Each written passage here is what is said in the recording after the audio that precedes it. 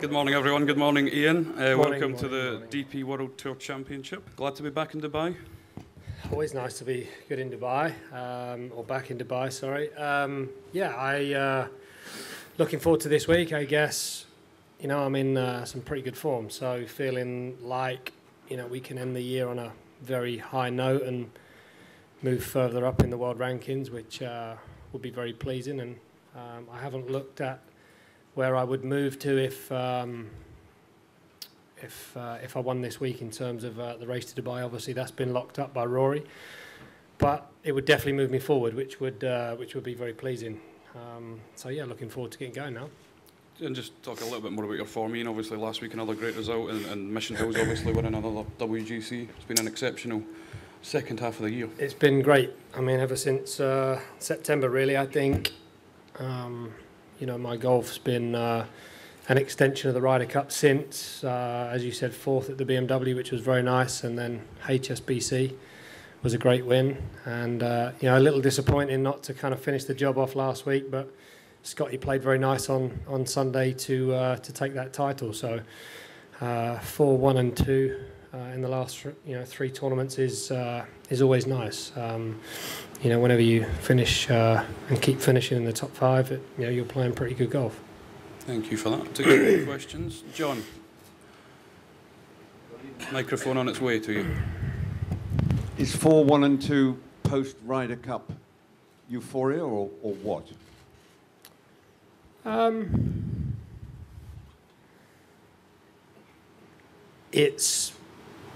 It's the kind of golf I would have expected to play straight after the Ryder Cup, to be honest with you. I mean, as well as I played in the Ryder Cup, you know, it would have been a disappointment had I not have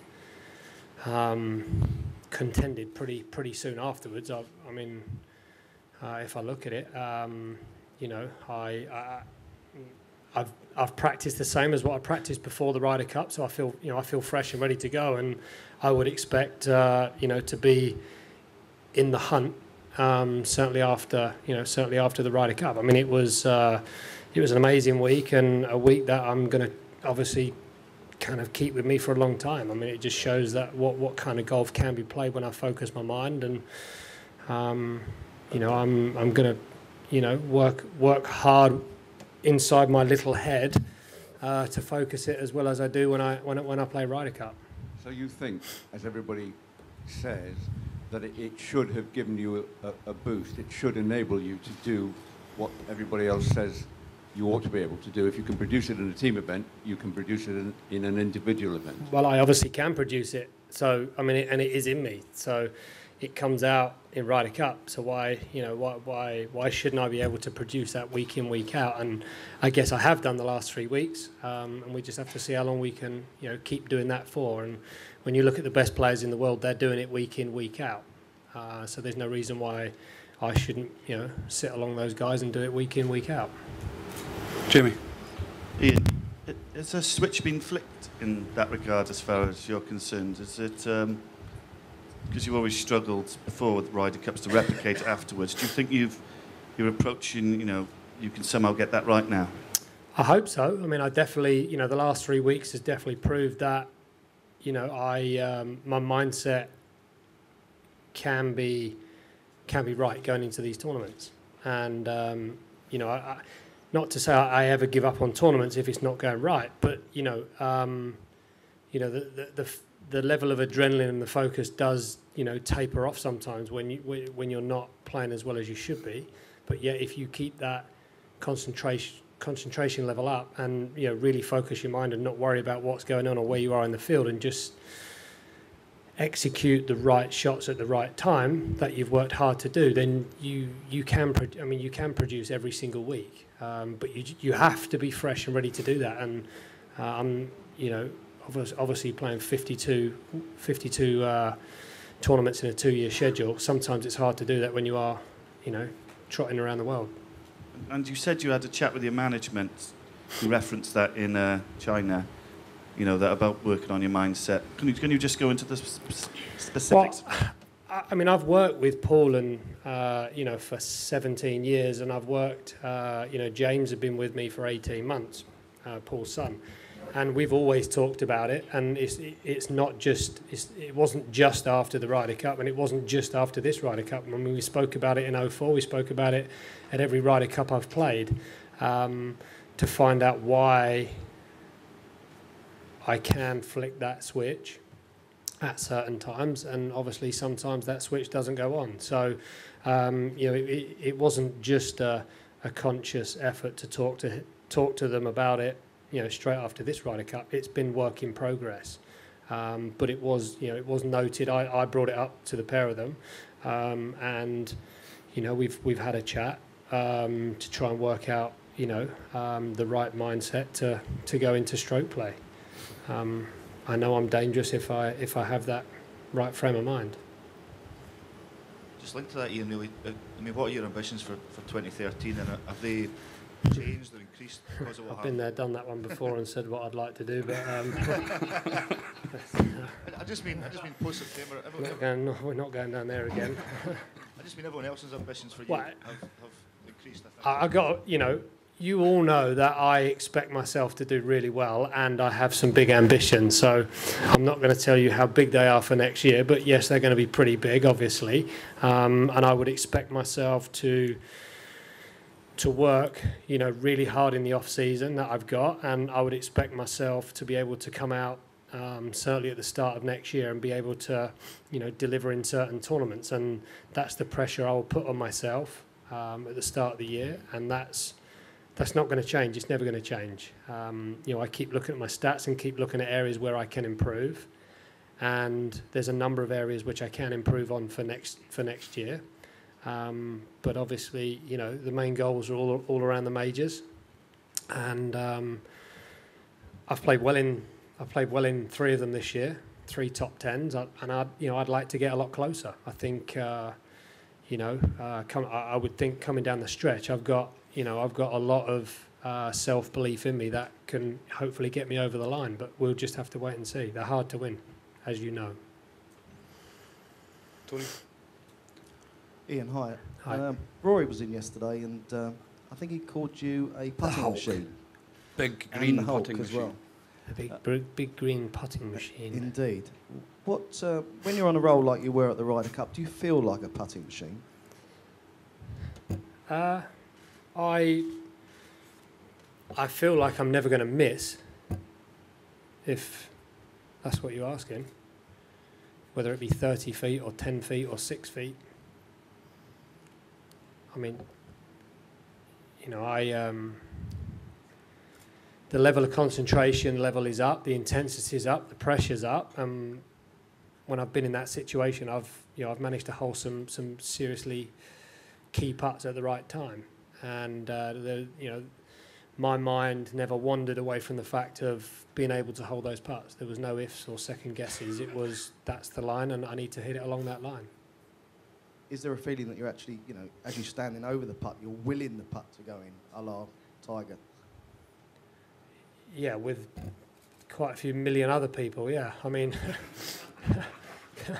good stroke or bad stroke, I mean, you're willing it in. I mean, it's, you know, the hole's 4 1/4 inches wide. I mean, you don't have to hit it perfect, but yeah, you're willing it in the whole way, you know, the whole way as it's, you know, going towards the hole. I mean, it's, you will it in and you try and hold it. Pass that microphone behind you, Tony, to Ben. Thank you. Ian, everyone talks obviously about the birdie blitz at the Ryder Cup, but can you take some heart going into next year with the front 9 at the USPGA, which was also a string of birdies? I know you tailored off, but does that prove to you that you can do it on the big occasion as far as the majors are concerned? It does. I mean, I've sat down a number of times, and James has been doing my stats this year for me, and you know, that I think leading into the Ryder Cup, that's why I would say it had been a disappointing year. As well as I had played and not converted any tournament victories, it was getting frustrating because I'd put on stretches of holes like that where I gave myself so many chances and didn't convert them. I would convert a few of them. I'd make 5 or 6 birdies during the round of golf, but I was disappointed, you know, walking off a round of golf feeling that wasn't good enough for how well I was playing. You know, the USPGA, the open stretch that I had there on that front 9 was the type of golf I was playing, and when you're going to hole putts from 15 feet, which you would expect to hole, then you're capable of shooting some very low numbers. Those low numbers didn't really come through the early part of last year or the middle part, but they certainly have come through right now. So if I can continue the feeling that I've got with a putter right now and keep playing the golf I've got, then I can go and shoot low numbers on the golf course. And when you're going to do that, you're going to put yourself in position to win golf tournaments week in, week out. Mark? When Tiger was in his prime, people expected him to win at least one major every year. Yeah. Are we in the same position with Rory now? Well, I certainly think he would expect to win at least a major a year. The way he's certainly been playing, 2 majors at 22 is pretty good. Obviously, he will look back and expect it to have already been 3. And I think most people look at that and would have already expected that to have been 3 at the Masters. So, the guy is seriously good. I mean, you would expect him to be on the leaderboard come Sunday at most of the majors next year. The type of golf game he's got, I think everybody's impressed. And, he will be, as I've read, he'll be cutting his schedule back, obviously trying to focus around, those majors so he can win as many of them as he possibly can.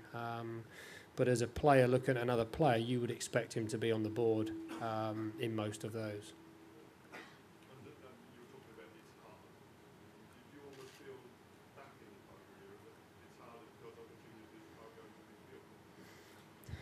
Yeah,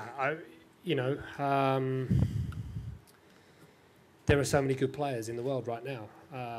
It's difficult to win one. Very, very difficult. And, I'm not trying to compare Rory to Tiger, but, those dominant years that he had, they were hard to win. There was a spell where there were so many majors won by probably 3 guys, 4 guys in a good number of years. So when you've got players like Rory, who you'd expect to be on the board, and there's a number of other guys now. You've got Keegan Bradley and Adam Scott, etc., that you would expect to be there. They're going to be hard to win. So, Derek? Justin's progress to make it 4 UK players in the world's top 5, did that bring out the competitor in you at all? And what? Say again, to bring out. Did it bring out, the friendly rival? Did it bring out the competitor in you? Your recent run, did that play?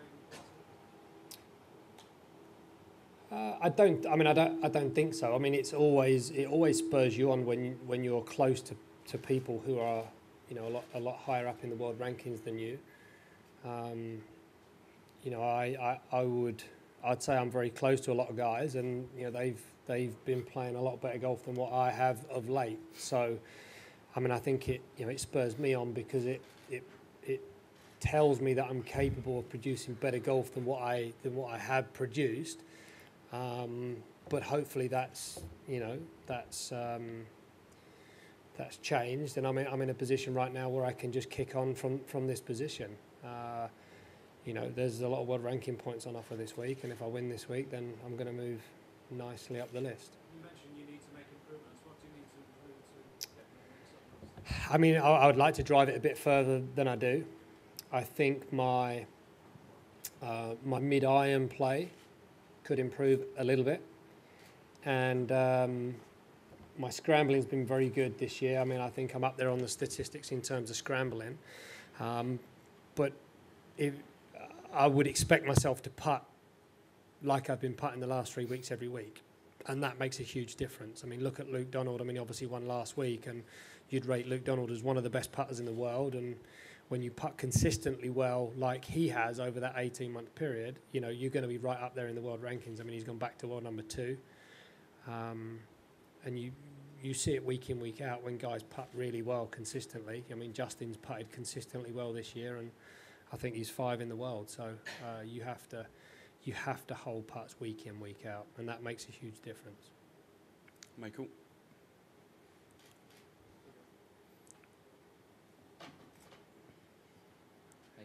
Just a quick question. Obviously, as someone living in Florida, we've got more European Tour golfers heading there, Colsart, Westwood. Your thoughts on what that could do or is doing to the European Tour? I mean, it's not a new trend, but I mean, we're seeing more and more of the top players heading there to play on the PGA Tour.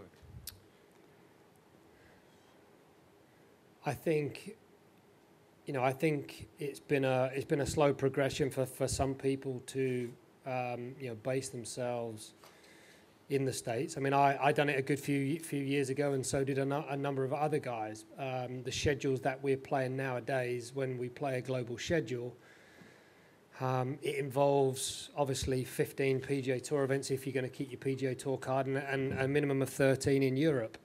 You can do that based when you're obviously based in the US.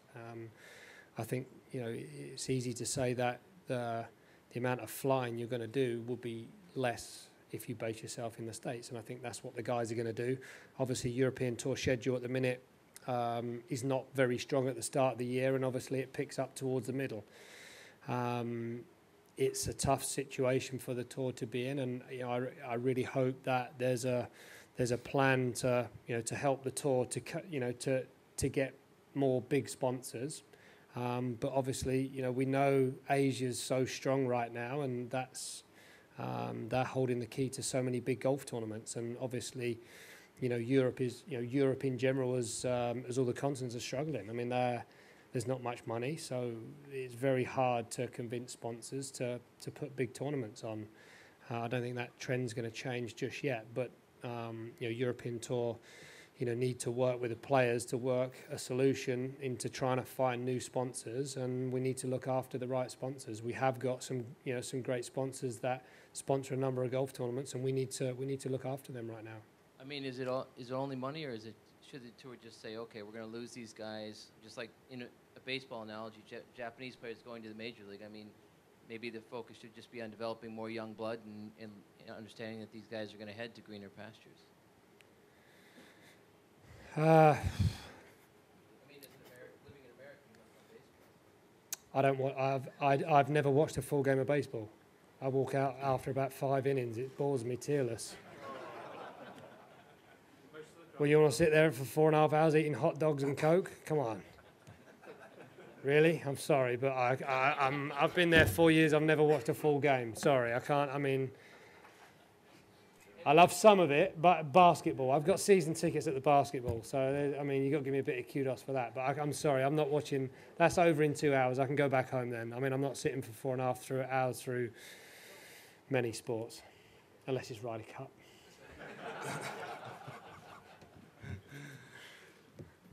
Go on. Ian, so much of top-level sport nowadays is about the fine margins. I was wondering if perhaps sports psychology or seeing a sports psychologist is something you would consider to unleash the inner Hulk or the putting. Do you honestly think I need a sports psychologist? Are you crazy? And next question. Tom. Wow. I think people have paid me a fortune to be their sports psychologist. Go on, Tom. Wow, Ian, that's incredible. Sorry. No, but I think as my years roll on, and I might not be quite a dominant force, then I certainly would like to. I'd like to help out little Luke Poulter and turn him into a little green monster. Tom. Ian, you talked about how much confidence you have now going down the stretch because of things like the Ryder Cup and events after that. How much do you think you are now an intimidating factor to other people who might be going down the stretch alongside you in the big events, in the majors? That's a hard question for me to answer. I mean, you need to ask the other guys, to be honest with you. I mean, I was a marked man at the Ryder Cup. They didn't, they wanted to shut me up. That was plain and simple. Everybody knew that, and they couldn't do it. So I guess, I frustrate certain people in that format, and hopefully I'm going to be in the same situation if I'm coming down the stretch in a major.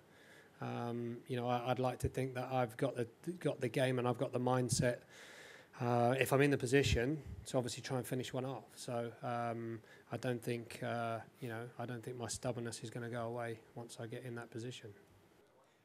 Considering what happened in 2010, do you reflect back on the incident on the final hole over here? And do you think the tournament owes you one now? The tournament owes me nothing. Obviously, that I made a mistake and dropped my ball on my coin. Yeah, it certainly doesn't owe me anything. I like the golf course, and I've obviously played it very, very well. So I would expect myself to be out there in contention this week. Is what I would expect to do. I think it lays out nicely. I think I've got plenty of opportunities to make birdies, and I'm in obviously good putting form. So hopefully that continues this week, and I can get my hands on a nice big trophy. Okay, many thanks, Ian. Good luck this Pleasure. week.